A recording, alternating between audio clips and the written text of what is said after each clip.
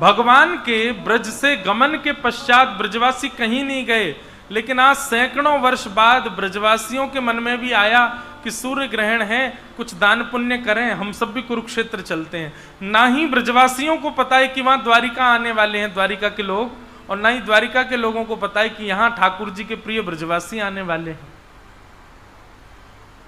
और तभी कुरुक्षेत्र में कुंभ की तरह, जैसे कुंभ का मेला होता है, ऐसे सबके शिविर लगे थे।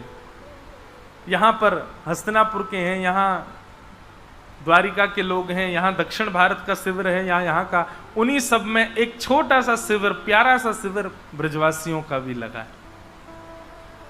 वृषभानु जी आए, नंद बाबा आए, यशोदा मैया आई है, मधुमंगल श्रीदामा, तनसुका, मनसुका, धनसुका, ठाकुर जी की सब सखा मंडली आई है। सब बड़े बड़े हो गए, 150 वर्ष हो गए ठाकुर जी को व्रत छोड़े, 100 वर्ष से अधिक हो गए, 150 तो नहीं। किशोरी जी भी आई हैं।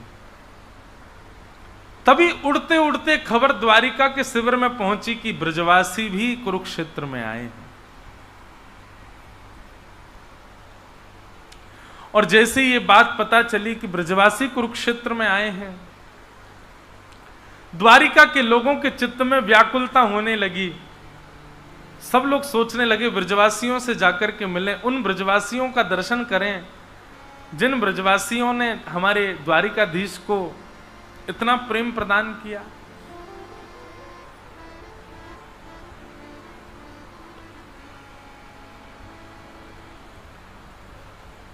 भगवान की समस्त पटरानियां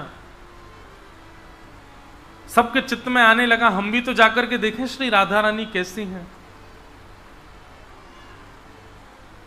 मैं सूक्ष्म में ही सुनाऊं। सब कृष्ण पटरानियां गई हैं किशोरी जी का दर्शन करने। कथा तो थोड़ी और सुंदर ऐसी आती है कि ठाकुर जी की अर्चना चल रही थी, पुष्प अर्चना कर रहे हैं बड़े बड़े वेदज्ञ ठाकुर जी की। सूर्य ग्रहण का समय है।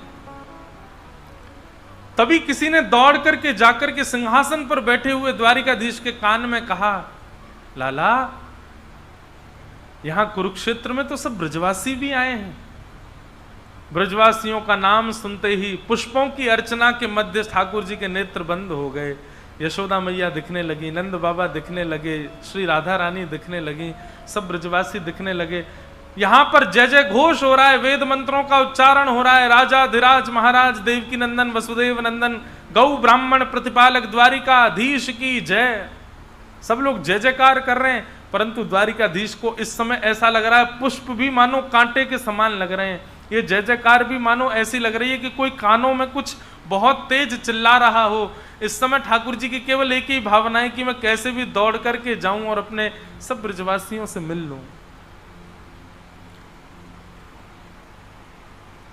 ठाकुर जी तुरंत खड़े हो गए सिंहासन पर और जैसे बेसुध हो जाता है कोई व्यक्ति, ऐसे ठाकुर जी चल पड़े, पूछने लगे कहां है ब्रजवासियों का शिविर।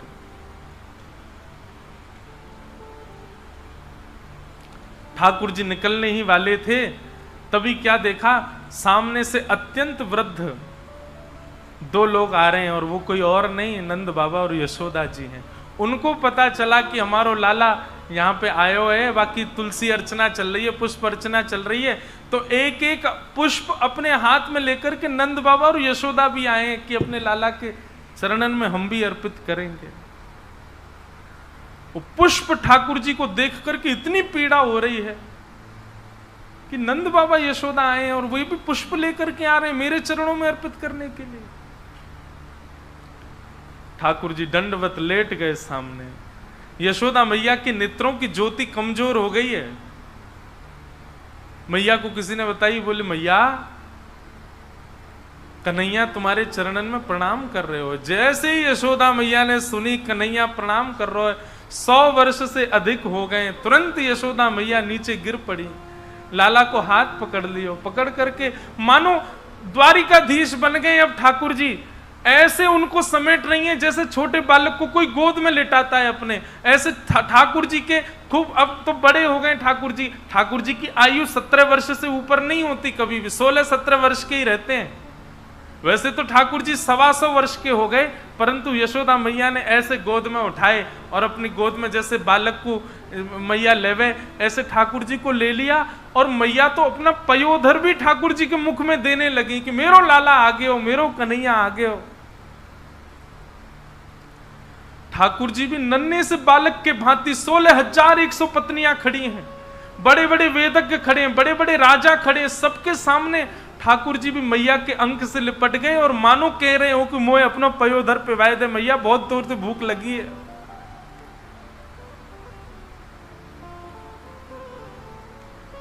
वो प्रेम नहीं होता बंधुओं जहां पर आपको अपनी स्थिति का पता है, जहां पर आपको यह पता है कि आप कुछ हो, वो सब कुछ होगा, वो प्रेम नहीं हो सकता। और जिस स्थिति में आप यह भी भूल जाओ कि मैं कुछ हूं, वही तो प्रेम है।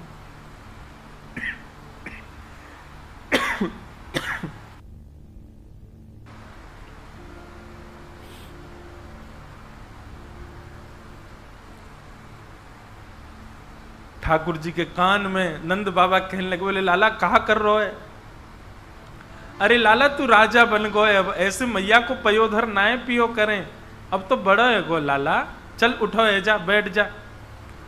नंद बाबा की बात सुनकर के ठाकुर जी तो उठ गए। तभी वहां देवकी और वसुदेव का आगमन हुआ।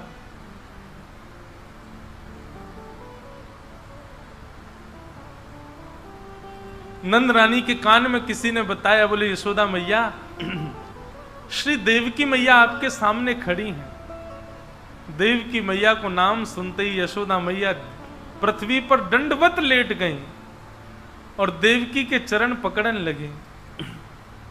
धन्य भाग्य सौभाग्य हैं बहन तुम्हारे, मेरो तो कछु वर्षन को भाग्य हो कि मैंने लाला अपनी गोद में खिलायो, लेकिन मुझसे ज्यादा सौभाग्यशाली तो आप हो कि लाला को आपने जन्म दियो, जीवन भर अपने संग रखो हो।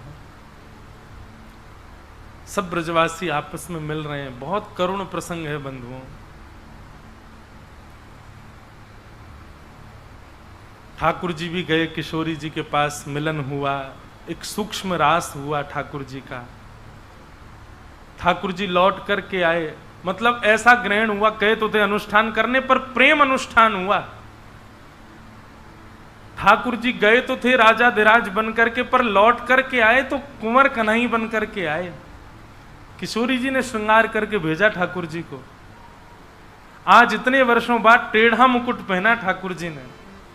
आज इतने वर्षों बाद किशोरी जी की कामर अपने दोनों भुजाओं में ऐसे डाल करके ठाकुर जी आए हैं। किशोरी जी के अंग की सुगंधी ठाकुर जी के अंग से आ रही है।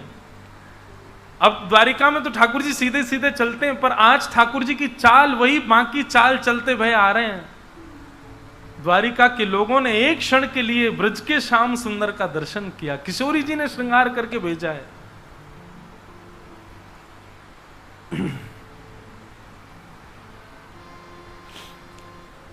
भगवान की सब पटरानियां गईं किशोरी जी का दर्शन करने के लिए, पर मन में एक भाव कुभाव लेकर के गई हैं। हम देखें तो सही, ये राधा रानी हमसे ज्यादा सुंदर हैं क्या? जैसे ही भवन में प्रवेश किया, अत्यंत सुंदरी को देख करके सब नतमस्तक हो गई। बोले निश्चित ही किशोरी जी हैं। प्रणाम किया। बोले आप वृषभानु नंदिनी हमारा प्रणाम स्वीकार करें।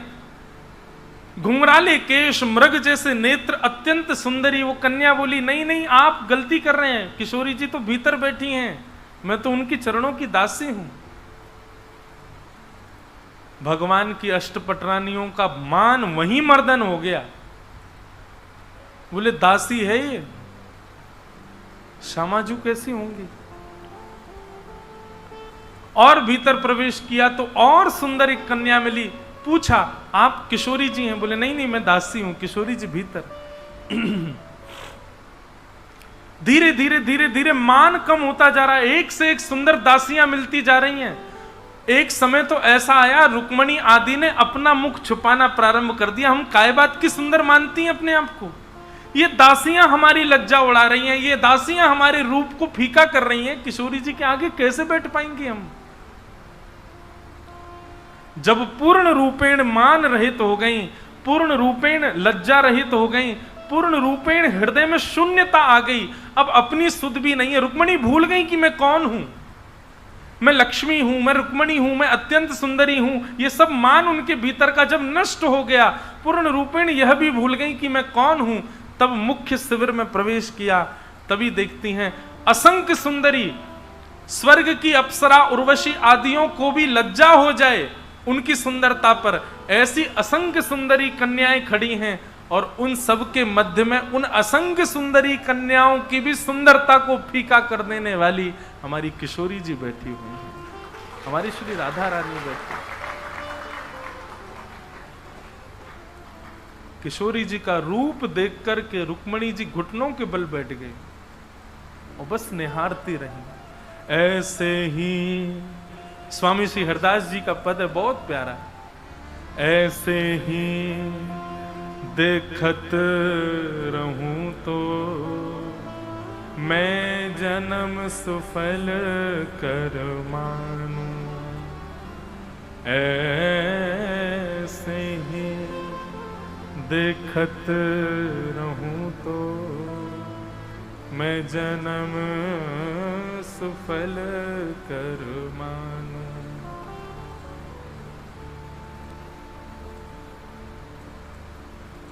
रुक्मणी जी से किसी ने पूछा आपकी स्थिति क्या है,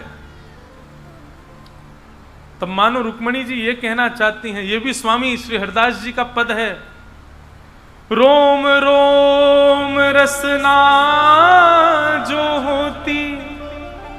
रुक्मणी जी कह रही हैं, अगर मेरे प्रत्येक रोम की जगह रो ना होकर के जीव होती, रोम रोम रसना जो होती, तो तेरे गुण ना बखाने जात। कहा करूं एक जीव मेरी सजनी, बात की बात की बात। स्वामी श्री हरदास जी कहते हैं हमारी किशोरी जी कितनी सुंदर हैं। बोले अगर हमारे प्रत्येक रों की जगह, कितने रोए हैं मानव के शरीर में, करोड़ों अनगिनत रोए हैं। बोले इतनी जीव यदि भगवान ने प्रकट कर दी होती तो भी किशोरी जी का यश नहीं बता सकता, तो भी किशोरी जी की सुंदरता का वर्णन नहीं कर सकती हैं रुक्मणी जी। इतनी सुंदर है हमारी श्यामा जी।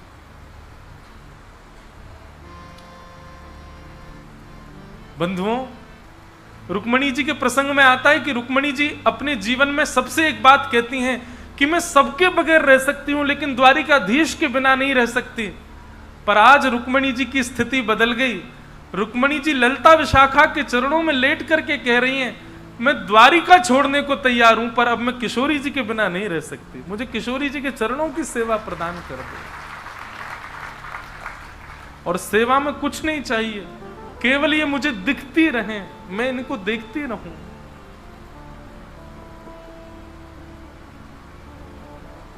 ऐसी हमारी श्यामा जो है, ऐसी हमारी किशोरी जी। रुक्मणी जी को अपने हृदय से लगा लिया।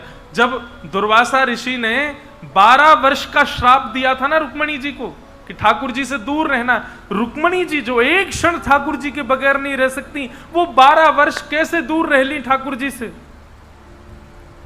उस दुर्वासा ऋषि के श्राप पर रुक्मणी जी दूर चली गई और वहां दूर जब गई हैं तो विरह व्याकुल हो गई, ठाकुर जी के बिना रह नहीं पा रही हैं। तब रुक्मणी जी के चित्त में किशोरी जी प्रकट हुई और 12 वर्ष तक किशोरी जी ने रुक्मणी जी को संभाला है।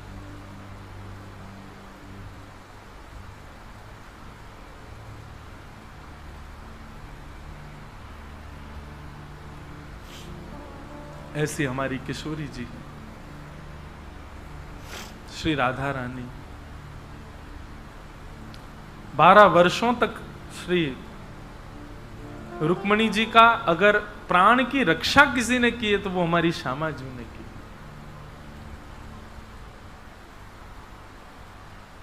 हमारे ब्रज में कहते हैं, हे किशोरी जी, साधनहीन दीन में राधे, साधनहीन नेत्र बंद करके सब लोग, आज कथा का विश्राम है, किशोरी जी का स्मरण करो। और बंधुओं, किशोरी जी का स्मरण रूप भाव से नहीं कर पाओगे आप, इसलिए केवल राधा शब्द को ही किशोरी जी का रूप मान करके उसी का स्मरण करो और प्रार्थना करो। साधन हीन दीन में राधे, साधन दीन में राधे, तुम करुणा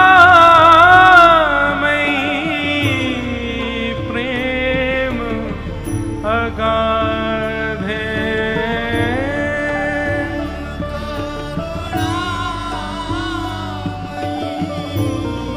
प्रेम अगाधे, तुम करुणामयी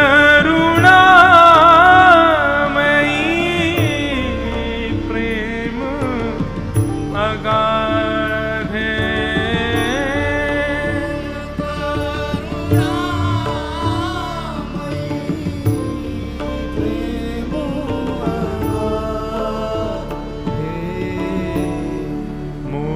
तो भरोसो है तेरो री किशोर।